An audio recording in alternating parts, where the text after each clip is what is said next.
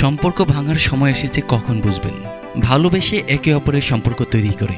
সম্পর্কে যেমন সুখ আছে তেমনই আছে বিচ্ছেদের কষ্ট।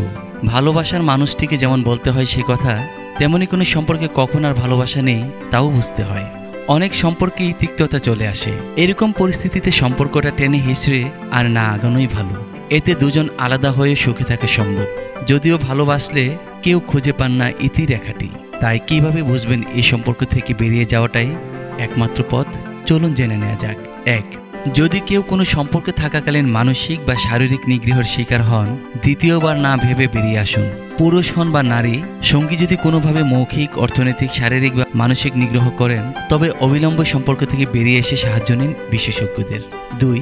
ভালোবাসার ঠিক বিপরীত হলো নিরুত্তাপ থাকা।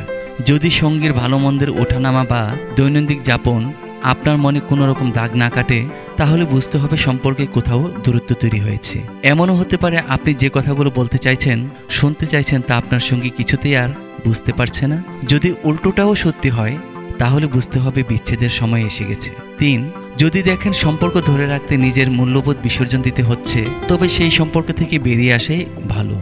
মূল্যবোধের সঙ্গে আপোষ করে সম্পর্ক টিকিয়ে রাখা আদপে নিজের কাছে প্রতিনিয়ত মিথ্যা বলার সমান। ৪. এত কিছুর পরও শেষ কথাটি হলো ভালোবাসা।